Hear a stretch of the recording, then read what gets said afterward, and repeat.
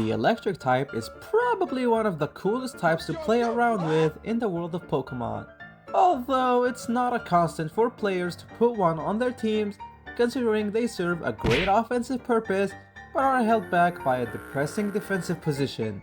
But hey, nobody cares about that, right? Because well, what is cooler than a person or a creature wielding the power of lightning? But the real question is, are they cool enough that they can complete a Pokémon Brick Bronze hardcore Nuzlocke by themselves? Well, that's why we are here to find out. Oh, and stick around to the end of the video for a massive surprise. We start off our journey by going towards the lab where I select a random starter Pokemon and head to Route 1. Of course, per usual, considering our very first encounter is quite soon in Guild Forest, that means that I am forced to undergo these two mandatory trainer battles and make a run to Guild Forest where after running around for a long time, we can find a Pikachu that I name Charger. And then I can train it up a little bit before having to face off against Linda, of which her Poochyena gives us free kills considering she goes for Howl, as I am able to take her out with a Thunder Shock, and her Pancham does terrify me a little, so what I opt to do here is go for a Play Nice which lowers its attack, although Pancham reads me and goes for a Leer lowering my defense, so we're kind of neck to neck in terms of stats. Until I end up going on the offensive with Thunder Shock, dealing about a quarter of its health, while I get disgustingly hit by a critical hit tackle, leaving me at just 10 HP. At this point I was pretty much ready to just go for attempt 2 here, but for some bizarre reason, Linda just chooses to go for a Leer, and I'm actually safe to finish off the Pancham with a Thunder Shock, so yeah, that works for me, why not? Once I head to Route 3, I can find another teammate to add to our team, and this one was actually really sick because even though I was expecting an Electrike, I actually get a Palmy here beforehand, and I personally find Palmot a really sick Pokemon to add to the team, so I catch it and name it Television. And then once I enter Sylvan City, I pick up the Eevee from here, and then go challenge Chad and his electric types. Considering how I basically don't have a Volt Absorb or anything that renders electric moves pointless, I lead with Palmy here against this Shinx, and even though I do get intimidated lowering my attack, I use Growl to reduce the power of Shinx's tackles here, and all I do is just spam click quick attacks while Shinx just randomly chooses between its movesets that it's enough for me to kill it with just 21 HP left to spare.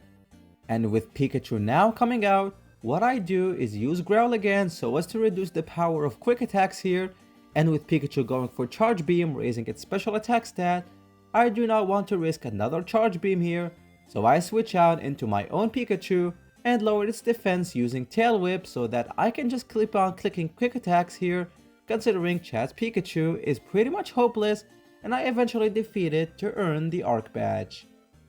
Now with that dealt with, I can pick up one more encounter on Route 4 in the form of Shinx that I catch and name Computer, and on Route 5 I also pick up a Blitzel that I name Air Fryer, and then just train up the team on this bug catcher until Shinx evolves into a Luxio and Palmy evolves into a Palmo. And then I head to Brimber City where Jake tries stopping me until he gets shredded by Palmo, and I enter the city where I meet up with the gym leader and have to go to Mount Igneous in order to stop Team Eclipse's plans. Considering that the only thing of concern in this area was this grunt over here with 2 new moves, it was scary deciding to go for a dig here, and I had nothing immune to ground moves, but thankfully, Palmo does get away from him unscathed, and I can defeat the admin here with minimal effort before dashing back to the city. Right before I even challenge the gym leader, I run around the city beforehand so that after reaching 1,000 steps, I can evolve Palmo into Palmot after leveling it up once, and although in this particular gym, I do have high hopes that we will lose at least 1 or 2 Pokemon against Sebastian, since frankly we cannot afford to get hit by overheats in this battle. But I just clench my teeth and I start the fight against Sebastian's fire types. I lead with Palmot against his Litleo, and I can easily go for a dig here, avoiding any move it has to offer and knock it down in one hit. But against his Growlithe, I get my attack lowered here, so what I do is switch out into Blitzel even though I was expecting to sacrifice it, but I get hit by a weak reversal, and then I go and paralyze the Growlithe with Thunder Wave before unfortunately having to bid farewell to our air fryer here as I get hit by an overheat which knocks us out. With Blitzel's sacrifice, it allows me to switch back Palmite again into the field and I can knock out the Growlithe easily with another dig. This leaves only Sebastian's Magmar and I go for another dig, avoiding an overheat in the process, but Dig ends up missing out on the kill as Magmar uses another overheat that fortunately misses, allowing me to finish off the Magmar and earn myself the Brimstone badge. With a death already, our journey still continues through Route 7 until I reach the Lumberjack Shack to fix the dam here, as well as evolve Luxio into a Luxray. And then I enter Laguna Lake where I can head to the lab in order to use the diving machine to not only search for a couple items, but also try to find a potential teammate being either a Dracozolt or an Arctozolt. And I end up finding both the Drake and the bird fossils in order to revive it into the Dracozolt, naming it Blender. And I also go to the Pokemon daycare to pick up the purple egg so that once I run around here for a good bit, I can hatch it into a Toxel, naming it Lightbulb. Hey guys, just a little side note because I know this may seem confusing on why did I get both Dracozolt and Toxel when they are both from Laguna Lake.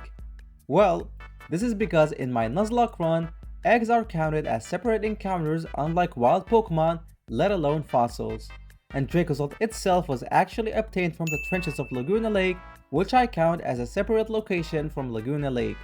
Therefore, I wanted to confirm this idea, so I ended up going to the Nuzlocke Discord community to ask this, and I ended up getting the answer that it was okay to use both, hence why I picked them both up. Once I'm at Route 8, I use the Thunderstones I picked up from diving to evolve my Pikachu into a Raichu and my Eevee into a Jolteon, before I battle with Jakes against a couple trainers in a 2v2 format, before finally reaching Rose Cove City. And then I head towards the lighthouse to thwart Team Eclipse's plans yet again, and in the process of doing so, our Toxel evolves into Toxtricity City, and then I smoke the team with Dracozolt before having to run around this grass patch to find our new teammate, a Wattrel that I nicknamed Fan,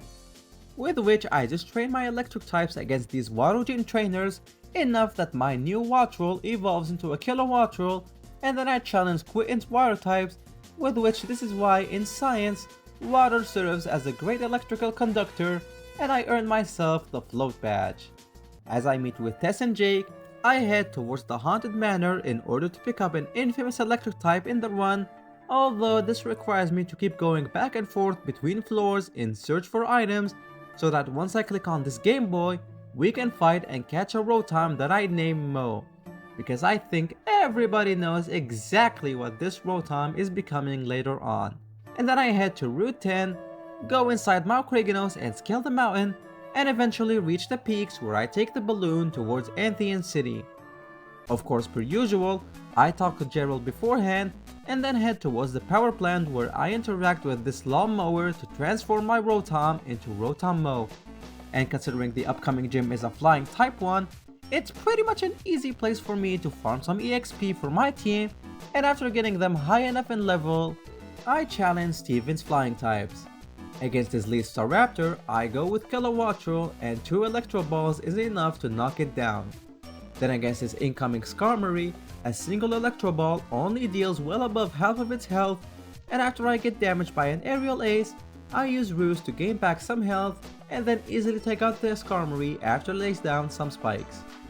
Next was Aerodactyl, but it ends up using Fire Fang and Electro Ball actually deals lower than expected damage, but on the next turn, after taking another hit, I just get the kill with a Volt Switch, which allows me to bring in Toxtricity against the second Staraptor, of which an Overdrive is enough to take down the bird, and lastly was this Braviary with which I stay in and go for an Overdrive as I am outsped and hit by a very serious Crush Claw that leaves me at just 3 HP. Overdrive misses out on the kill, and I make a switch into Luxray lowering its attack with Intimidate, but Braviary completely bypasses that and goes for a superpower that gets a critical hit, leaving me at 3 HP as well. And for some reason, Steven decided to give me heart attacks, so I make a third switch into Rotom Mo, who after getting hit by a superpower, can thankfully bulk anything, and defeat the Braviary in order to obtain the Soaring Badge. With that out of the way, we can head to the sewers with Tess in order to rescue Zeke from Team Eclipse, although not before Cypress wanting to battle us, with which once I make a hard switch from Absol into Dracozolt on an incoming Solar Beam, which I am fairly able to tank, I can hit with a Plug which only deals half of Venusaur's HP, and on the next turn it goes for another Solar Beam, giving me a free hit as well. Then his incoming Feraligatr could definitely threaten with Ice Punch, so I still strangely send out Rotom Mow, knowing I will tank the move, and I'd be fast enough to defeat the Feraligatr with a single Leaf Storm, but thanks to the -2 drop on defense because of Screech, I am forced to switch out into Dracozolt against his Blaziken, so in the process, I get hit by 2 Thunder Punches which I quad resist, and a fairly strong Brave Bird before it falls to both Pluck and Ancient Power. With Torterra being sent out next, which is our biggest threat of this entire battle due to its access to Stone Edge and Earthquake, which hit everything on my team for super effective damage,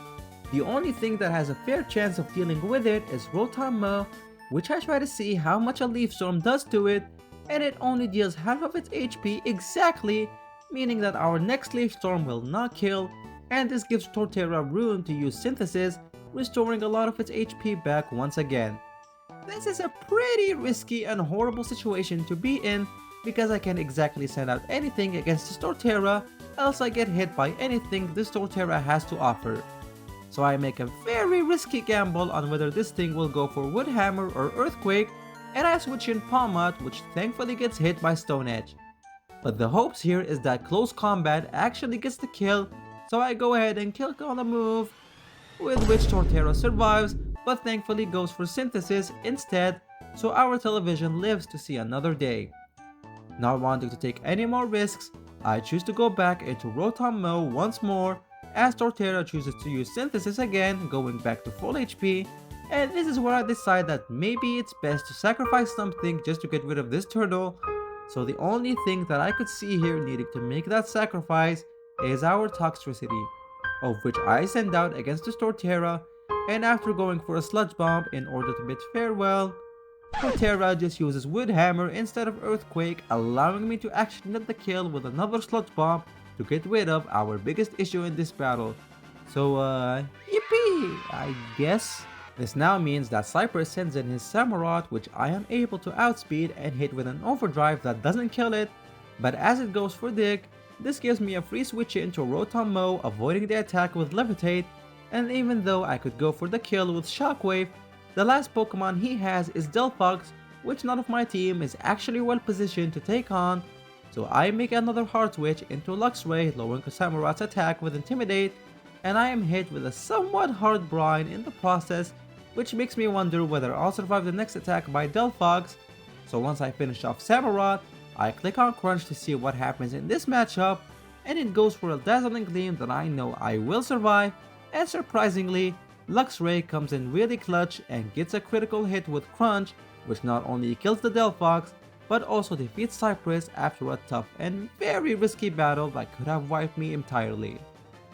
So once I visit the sewers again to stop the Bomber, which we have no trouble with,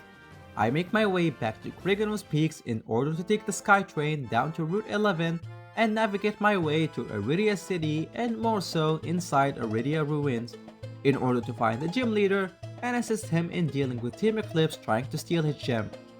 I'm given access to the 5th gym, and right before I go ahead and challenge the gym leader there, I make a quick stop to Athenian City once again so that I could transform my Rotom Mow temporarily into Rotom Wash, since in this particular battle against the ground gym, there is a pretty quick way to deal with Ryan's team, so I go ahead to the Battle Coliseum in order to teach Rotom Will-O-Wisp, and then go back to the gym to face off against Ryan's ground types. By leading with Rotom Wash here, Quagsire pretty much has 0 ways of hitting me for good damage, since his only attacking moves are Ice Beam, Bulldoze, and Muddy Water. So I take the opportunity to set up a substitute, and then on the next turn, I can use Will-O-Wisp to burn the Quagsire so that it gradually loses health as I get it in range of a KO with Hex. Second was his Steelix, and we can pretty much do the same Will-O-Wisp idea, burning it as it uses Thunder Fang, which does not break my substitute, and then a single Hydro Pump seals its fate. Clay Doll is next, and to my surprise, Hydro Pump actually misses out on the kill, allowing the Clay Doll to net a Shadow Ball, which breaks my substitute, but because I am faster, a following Hex is able to defeat the Clay Doll. Excadrill was pretty scary since while I will be able to survive one more hit, getting poisoned by Poison Jab would be devastating, so I decide to take a small risk and go for Will-O-Wisp, which Excadrill thankfully chooses to go for Bulldoze that does nothing, and I am able to cripple the Excadrill, which gives me an even safer way to fish for a substitute setup, and I am able to get it since Excadrill uses Metal Claw for some reason. So on the following turn, it can go down to a single Hydro Pump. This also gives me a great position to cripple his incoming Mega Garchomp with Will-O-Wisp, with which it oddly goes for Fire Fang initially, which still keeps my substitute intact, but is able to break my substitute with Dragon Claw, but not before I hit it with a Hydro Pump, dealing some respectable damage. And because I am now at very low health and unable to set up one more substitute, I'm free to switch in Kilowattrel onto the field without taking any damage, since Garchomp uses Bulldoze, and I just stall a little bit for burn damage, chipping away at Garchomp's HP until the incoming fly knocks out the Garchomp to earn myself a straightforward Crater badge. As I head through Route 12 and eventually inside Route 13 in order to reach Florama City, I pretty much waste no time into going to the 6th gym, since I have both a Kilowattrel able to breeze past the gym with Air Slashes alongside Toxtricity with Sludge Bomb, and it's only a matter of time before I challenge Vissy's grass types. I'm faster than Leavanny, so a single Air Slash just squishes it to mush, and Tropius ends up surviving the other Air Slash I use against it, but its only moves that can hit me in the first place is Steel Wing, Solar Beam, and Earthquake, so I'm free to just stay in and worry about nothing as it uses Earthquake, and I can finish it off with another Air Slash. Breloom is just an Air Slash merchant, so it falls quite easily, and Roserade's annoying shenanigans of going for Toxic first turn, so I take this opportunity to switch into Toxtricity, and with Solar Beam and Venom Shock being the only attacking moves this thing has, I can defeat the Roserade with 2 Boom Bursts. Next was Tangrowth, and because this has Earthquake, and not wanting to lose my Toxtricity, I hard switch into Kilowattrel, but Tangrowth reads me like a book and actually goes for an Ancient Power, dealing some big damage, which forces me to use Roost on the next turn.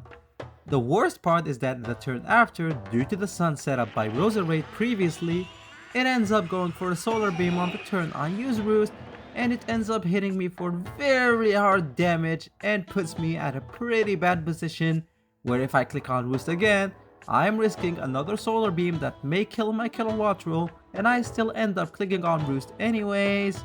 which is thankfully met by a knockoff next turn and also causes the Sun to run out, meaning that once I use Roost yet again, Tangrowth goes for a Sunny Day, and then after that, a single Air Slash proves to be enough to take out the Tangrowth, leaving only Vissy's Mega Venusaur last, which I can attack with an Air Slash, getting it to half of its HP, and it opts for Solar Beam, which I will 100% survive comfortably, and take out the Venusaur to defeat Vissy and earn the Harvest badge. Once I meet Tess and get Rock Climb, I navigate through Route 14 all the way towards the entrance of Route 15, where I'm stopped by some Team Eclipse grunts making light work out of them, and as far as Jake is concerned, Dragozolt gets rid of Zipstrika easily, Nidoking just keeps on using Mega Horn on Kilowattrel, so 2 Air Slashes knocks it out, and I make a small miscalculation thinking Volt Switch will KO the Slowbro and position myself properly, so I end up having to switch in Toxtricity, and Slowbro just sets up the rain with Rain Dance, so I'm free to take it out.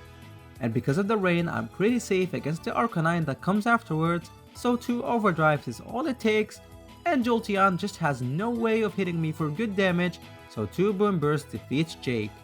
And I can enter Route 15, making my way through the snowy mountain until I reach Frostvale City.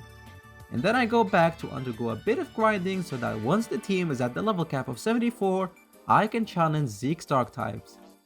This battle should be theoretically easy to deal with as long as I don't miscalculate with Palmat, which is our lead here, and is able to knock out the Honchkrow with a single spark. And even though the incoming Crocodile does lower my attack with Intimidate, it's no big deal since a close combat still manages to net the kill anyways. The same is applied to the incoming Bisharp as well, but it misses out on the kill against Umbreon, so it's able to meet me with an assurance that still does minimal damage even at -3 defense. And I switch out into Kilowattrel on another one so that on the next turn, I can take out the Umbreon with a Volt Switch and pivot back into Palmont once again. To a complete shock, when I go for close combat against the second Crocodile, it actually ends up surviving, and I risk a very dangerous Earthquake in this case, but I'm thankfully met by a Fire Fang which does not do anything bad. Although I don't know what I was inhaling at the time to go for a bite, which does not kill at all, but by the grace of RNG, I get a flinch here, so I am safe to use another one and kill the Crocodile. Lastly was Mega Houndoom, and based on my calculations, a close combat should still net me a kill here, but Houndoom actually survives, making me vulnerable to whatever move Houndoom chooses to use on me, and it ends up going for an Inferno. That misses! If that isn't considered plot armor level of luck, I sure as heck don't know what is, because we narrowly avoided death so many times when I should have been punished for my stupidity, but I'm glad to get the contrast badge clean of any deaths.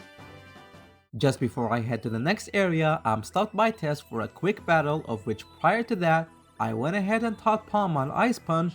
which is able to get the KO on her lead Garchomp, but sadly misses out on the kill against the Salamence that drops my attack with Intimidate, although it just goes for a scary face, prompting that I switch out here, so I bring in Kilowattrel as I get hit by a double edge, which Salamence takes itself out with thanks to recoil damage. Haxorus here causes me to gamble a 50-50 because I wasn't sure if it will go for Outrage or set up with Swords Dance, and once I switch out into Palmont, I'm thankfully met by a Guillotine that can't do anything since I am higher level than the Haxorus. And on the following turn, I can hit it with an Ice Punch which still doesn't get the kill, but Haxorus insists on using a one-hit KO move that cannot touch me at all, so I'm free to knock it out with a Spark. Next was Ruddigon, which I'm not too worried about unless it uses Outrage, and I can't afford hitting it too much due to Rough Skin. But it ends up using Rock Climb after I hit it with an Ice Punch, so another one is able to get rid of it. Finally was an Altaria, which is also quite weak to Ice, so a single Ice Punch defeats Tess, and I can slide down the mountain to reach Cosmos Valley, and not too long after into Port Deca, where I receive the HM for Surf from Brad, and I can still use it to sail through Route 17 in order to make it to Crescent Town. As I bust into Team Eclipse's hideout, it doesn't take too long to reach the admin room where I unlock access to the prison cells and chase after my parents who were held captive, except Cypress stops me, leaving Jake to deal with me, which just goes as you would expect it to, even though I have been RNG'd numerous times in this battle, but I still pulled through anyways. And with the defeat of Jake, it allows me to head to Route 18 to chase after Cypress, go down the outpost, and eventually into the Demon's Tomb. Cypress unlocks the gate to Hoopa, gives off his typical villain monologue about world domination, and then challenges me to a battle one last time. Against his lead Greninja, I actually managed to outspeed, going for an air slash here since I prefer to be well positioned against his incoming Decidueye, and funnily enough, Greninja doesn't even hit me at all because I not only get the flinch, but I also get a high roll that knocks out the Greninja. The aforementioned Decidueye does come out, and it smartly goes for Sucker Punch to deal a bit of chip damage to my Kilowattrel, as Air Slash ends up basically being a 2-hit KO in this case, which means on the following turn, after getting hit by another Sucker Punch, I can kill the Decidueye. Incineroar is next, and I can deal some chip damage and pivot out simultaneously with Volt Switch as I bring in Luxray in order to use Intimidate to lower Incineroar's attack. And Flare Blitz really doesn't do as much as I imagined it would, so I decide to meme the Incineroar a little bit with Baby Doll Eyes, giving me priority and lowering its attack. And both the Darkest Lariat and Flare Blitz I get hit with could barely sting, so this safely lets me switch in Palmot against Incineroar and knock it out with a close combat. And with Empoleon being next, another close combat also manages to get me the kill, although against Sceptile, I choose to try positioning myself right with Kilowattrel, so I begin by switching out into Rotom-Mow on an Earthquake, and I use Will-O-Wisp to cripple the Sceptile, which misses the first time, then Sceptile uses Rock Slide, which results in a flinch, and finally once it uses Giga Drain, I can finally land my Will-O-Wisp which gives me plenty of safe space so that Rock Slide becomes soft, and a Hex deals just enough damage for me to switch out into Kilowattrel and recover back health with Roost, before finally taking out the Sceptile with a Volt Switch that allows me to pivot into Dracozolt. This was practically necessary to do since the incoming Charizard X won't be able to kill me even with a Dragon Claw of its own anyways, and a Hustle boosted Dragon Claw is enough to defeat the Charizard and Cypress altogether. As Jake tosses the evil boss into the Shadow Realm and makes a heroic sacrifice to save Tess from danger, the fate of the world is left up to me, and I just toss a Master Ball for fun, so I just take care of the danger with relative ease. And with the world now at peace, all I have left is one last obstacle, and that's the fight against Captain B's ghost types.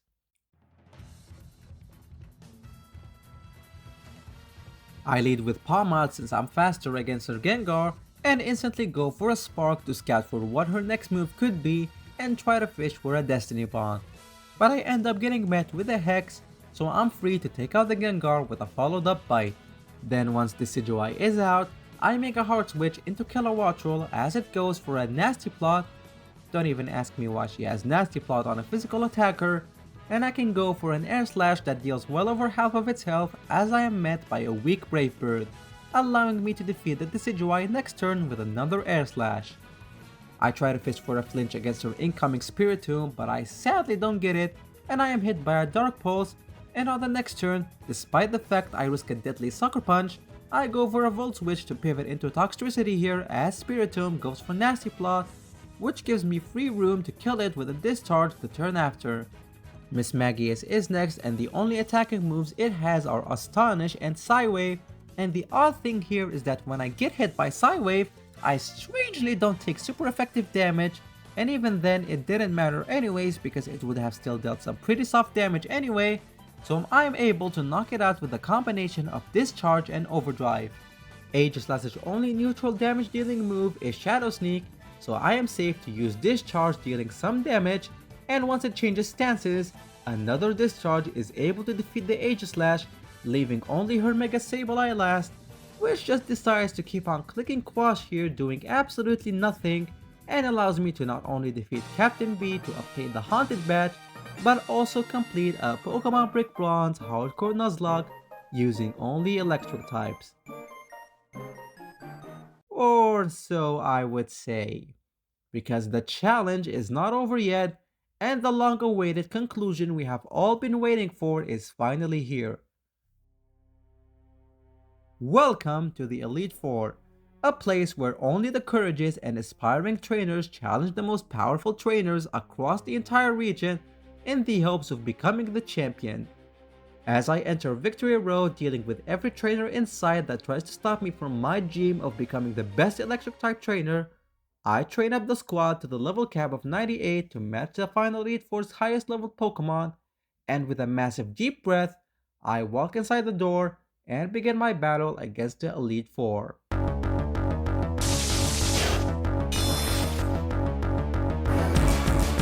I lead with Dracozolt against Bellara's Toxapex, and because I outspeed, I can use Bolt Beak which doubles in power, but I unfortunately miss as Toxapex goes for Toxic Spikes here. So on the second turn when I try to use Bolt Beak again, it lands this time as Toxapex opts to set up more Toxic Spikes, and thanks to the smarter AI implemented into the game, this now means that Bellara will switch out into something resistant to Dracozolt's Bolt Beak, and the only option she has is her Dragalge, which I predict right and go for a Dragon Claw, but misses because of Hustle. Although luckily enough, I am still faster, so on the next turn, Dragon Claw lands and we can knock out the Dragalge. Muk comes out next, and yet again I prove to be the speedy one in this match, so a Bolt Beak manages to hit the Muk for some solid damage before it retaliates with an Ice Punch that doesn't freeze, but it does poison me thanks to Poison Touch.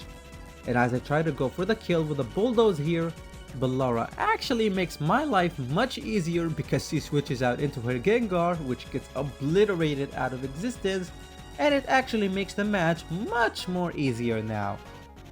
Seeing as I am at low health and Crobat will likely secure a kill with Cross Poison, I make the switch into Toxtricity, which not only removes the Toxic Spikes from the field, but also resists every move this bat has to offer against me, so a single discharge is able to defeat the Crobat, leaving Salazzle to come out next. I try to fish for a paralysis with discharge, but Salazzle ends up using Will-O-Wisp on me, and discharge misses out on the paralysis, but it does deal solid damage that also prevents Salazzle from setting up substitute as well. Therefore, I make the switch into Kilowattrel, not wanting to lose my toxicity here. And Bellara also makes a switch over Roan into Muck, which I am unable to kill with a Thunderbolt, and I am met with another Ice Punch that causes poisoning as well. This forces me to switch out again because Muck is now in range of a Shadow Sneak, so I bring in Luxray out to lower its attack with Intimidate, and Muck uses Shadow Sneak, which once again poisons me due to Poison Touch. So thankfully, I'm able to kill the Muck after getting hit by another Shadow Sneak, leaving the Salazzle to come out as it goes for a Flamethrower that I survive on just enough HP that allows me to avoid poison damage taking me out. Meaning that the only Pokemon left on Bellara's team is her Toxapex, which I can safely bring out Rotom-Mow and click on Discharges as it wastes turns setting up Toxic Spikes, defeating the first Elite Four member. Next was the Rock-type specialist Dwayne, who leads with Kleavor as I bring out Rotom-Mow, and while this looks like a stupid idea to begin with, I mostly gambled on the idea that Kleavor wants to lay down Stealth Rock, therefore it will use Stone Axe first thing. And it thankfully pays off because it misses, and this allows me to use Will-O-Wisp burning the Kleavor. This gives me the chance to switch out into Luxray in order to further lower its attack with Intimidate as I am hit by an X-Scissor. Thanks to that, we can now begin setting our plan in motion, which is bringing out Pawmot against the Kleavor and begin spamming Bulk Ups, raising my physical attack and defense by one stage each time, managing to get it to +4, and I can knock out the Kleavor with a Brick Break. Bellara also gets destroyed by a Brick Break, and the same is applied to his upcoming Cradily and his Gigalith, who sets up the sand to try being annoying with the chip damage it deals. Aerodactyl is Dwayne's Mega of choice, and I made sure to equip Pawmot with a Sauceball Coffee to try and fish for a chance of getting my speed raised, otherwise I will not be able to outspeed the Mega Aerodactyl, and I did get plenty of those boosts, so it's safe for me to click Spark for the clean KO. Lastly was his Tyranitar, and I just split this Walking Rock in half with a Brick Break, defeating Dwayne with quite some ease. Up next was Teddy the Bug-type specialist, and now this is just a little heads up, I do apologize for the sudden lag that appears during this fight. The graphics were quite too much for my recording software to handle, so there is a bit of lag for some sequence of the fight. After leading with Pawmot against Galvantula, there wasn't exactly much that I feared because what happens is that Galvantula chooses to go for Sticky Web first thing, giving me room to use Bulk Up, and on the second turn, it goes for Energy Ball, which does deal half of my HP, but Sauceball Coffee comes in clutch, giving me the speed buff necessary to outpace the Galvantula, but Teddy makes a hard switch into Volcarona, which I am able to dish hard damage on with Spark, and gives me plenty of room to take it out the next turn, although unfortunately it cripples me with a burn thanks to Flame Body, so we can't really sweep with Pawmot too much. Frosmoth is next, and seeing as I have not much I can do here because none of my Pokemon wants to come out and give this string room to set up Quiver Dance, I make the gut-wrenching decision of sacrificing Pawmot here, but not before I go out swinging. So as I use Spark, it opts to set up Quiver Dance, and then on the second turn, Wild Spark comes in clutch and paralyzes the Frosmoth. It unfortunately means that Pawmot has no way of escaping the Bug Buzz, and we suffer a loss this deep into the Elite Four. Thankfully, this means that I could bring out Kilowattrel and take it out with an Air Slash, and oddly enough, when Galvantula comes out, it just ends up throwing a turn by using Thunder, which I am not affected by thanks to Volt Absorb. So this gives me another easy kill with Air Slash. Scizor is next, and what I try doing is deal chip damage with Thunderbolt as it Mega Evolves, trying to get a paralysis if possible. But Scizor decides to set up with Swords Dance to seize a kill with Knockoff, so this prompts me to change plans and go for an Air Slash here, which I am able to pull off a flinch, getting it barely in range of a KO here with a Thunderbolt, which spares me the wrath of Scizor, causing this thing to go to town with me.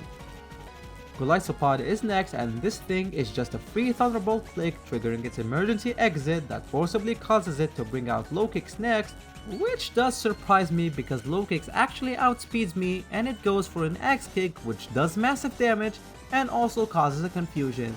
Although luckily Kilowattrel still pulls through and is able to knock out the low kicks with one air slash, leaving only Golisopod as his last Pokemon. And knowing the tendency of the AI to go for priority moves when it sees a kill, I make the switch into Luxray and I can lower its attack with Intimidate, but this thing stupidly gets 2 critical hits with Aqua Jets anyways, but it doesn't matter since I can secure the kill with a Spark to defeat Teddy's bug types. Last of the Elite Four is Lena, the Fairy type specialist, with which I lead with Toxtricity against her Grimmsnarl, and I give it the choice specs to dish out as much damage as possible with Sludge Bomb, which unfortunately misses out on the kill in this case, but seeing as it uses Fairy Break on me and knowing how the AI will switch out, the best Pokemon she can bring out in this case is her own Mega Mawile, who possesses the Steel typing. So I take this opportunity to read her and bring out Rotom Mow, allowing me to cripple her with a burn via Will-O-Wisp as it tries to go for a Swords Dance getting to +2. This now prompts me to bring out Luxray in order to lower its attack with Intimidate, but she still does way too much damage to my liking with Play Rough, leaving me at just 31 HP left to spare after the leftovers recovery. Because I was still outspeed regardless, Mawile still sees a kill with Sucker Punch here, so I make use of the AI's programming and switch out into Toxtricity here, which ends up paying off because it does go for the Sucker Punch, and Mawile only has Iron Head and Play Rough, which are 2 moves that do not deal super effective damage, meaning that her best course of action is using Sucker Punch again, so I take this opportunity to bring out Luxray, and it pays off once more, lowering its attack with Intimidate, as Mawile uses another Sucker Punch. I make the switch into Kilowattrel here once again as Lena oddly uses another Sucker Punch, and I make a small miscalculation thinking that Volt Switch is able to get the kill on Mawile and position me right, but it ends up surviving on what must be 1 HP as I am forced to bring out Toxtricity again and get hit by a Play Rough in the process, which deals soft damage. This causes Primarina to come out and I click on Sludge Bomb to deal super effective damage and try poisoning it, but Primarina decides to use Calm Mind here, so this too is a freebie and I can take out the Primarina before it wreaks havoc, leaving her Mimikyu to come out next, with which this thing actually could be dangerously menacing to fight against due to Disguise giving it a free hit.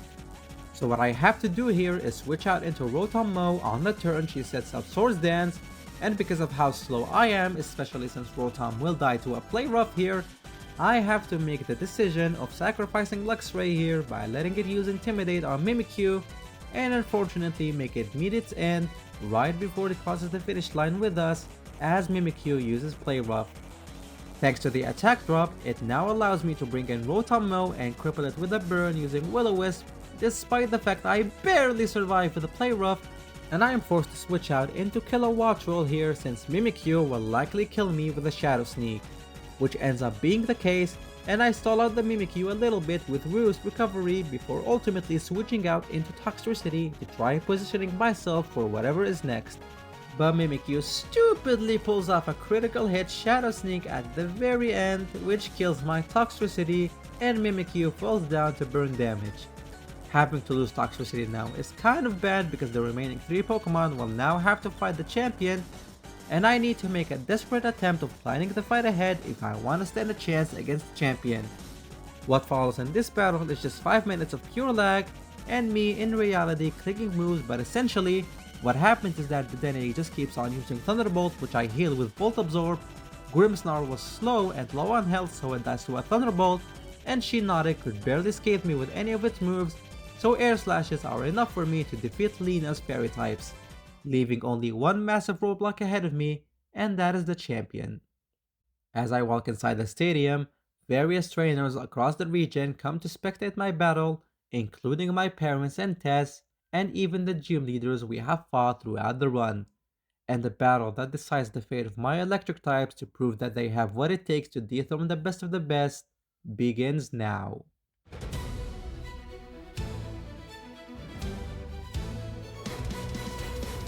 Up against Brad's Klefki, I lead with Dracozolt, going for a Bulldoze, and I made sure to equip it with a soft sand to boost its power so that while it misses out on the kill against Klefki, this prompts Brad to switch out, and the only Pokemon I could think of that wants to absorb a Bulldoze and be of good use is this Goodra, which I click on Dragon Claw, in this case being able to defeat it in one shot. This causes Brad to switch out into his ace, the shiny Mega Metagross, and it goes for a Rock Slide, which thankfully does not flinch me as I go for another Bulldoze that gets the Metagross on half health, meaning that this will likely cause Brad to switch out again, and this time he brings in Annihilate. But our move sadly misses, meaning that I have to sacrifice my Dracozolt here in order to avoid any unnecessary damage, and Annihilate uses Ice Punch, which Dracozolt survives and can go for a Bulldoze that lowers the speed of Annihilate by 1 stage. This is really perfect, because if it wasn't for the speed drop, Kilowattrel was never outspeeding the Annihilate, and combined with Life Orb damage, while I do sacrifice Dracozolt, this puts me in range of an Air Slash KO with Kilowattrel, leaving our electric build quite healthy for whatever may come next, which ends up being Brad's Rotom Wash, although I don't see much that Kilowattrel can do for us, so I stay in and repeatedly keep going for Thunderbolts against Rotom, which nails me with a Hydro Pump, and Brad ends up switching in his Colossal, which gets hit by a Thunderbolt, before Kilowattrel falls to burn damage, leaving only our Rotom, which I had zero hopes for this to do everything on its own, and I even desperately thought it Charge Beam for some special attack buffs. So while I do get a special attack buff against Colossal as I use Charge Beam, it goes for the Stealth Rock, which means that we still have a glimmer of hope. Even though I accidentally click on Charge Beam here, Colossal's Flamethrower doesn't threaten us too much with whatever Brad has left on his team, and by recovering with leftovers, Brad switches into Metagross once more as I go for Charge Beam to fish for a kill. Although it never mattered anyways because Metagross will still be able to kill me with a Rock Slide. But Metagross uses Bullet Punch! Oh my goodness, Rotom is pulling through against all odds. This is unbelievable! Another Charge Beam seals Metagross's fate, and Brad switches out into his Colossal once again, and Rotom is able to defeat it with another Charge Beam. And his own Rotom forces me to click on Leaf Storm in order to defeat it in one shot, leaving only his Klefki that can only hit me with Foul Play, which Rotom survives and can finish off the Klefki with a Hex, meaning that we can officially say that electric types are indeed able to complete a Pokémon Brick Bronze Hardcore Nuzlocke, and we prove that we really are the best electric type trainer there is. This journey has been such a blast to do, especially since the game has finally added the long awaited Elite Four, giving us a way to properly conclude our challenges. And what this means is that someday in the future, we will be revisiting each and every single video I have made in order to give each type their rightful conclusion, so be on the lookout for those. If you guys reached this far into the video, why not drop a like and subscribe to the channel as it helps me out a lot. And thank you so much for watching, and I will see you in the next video.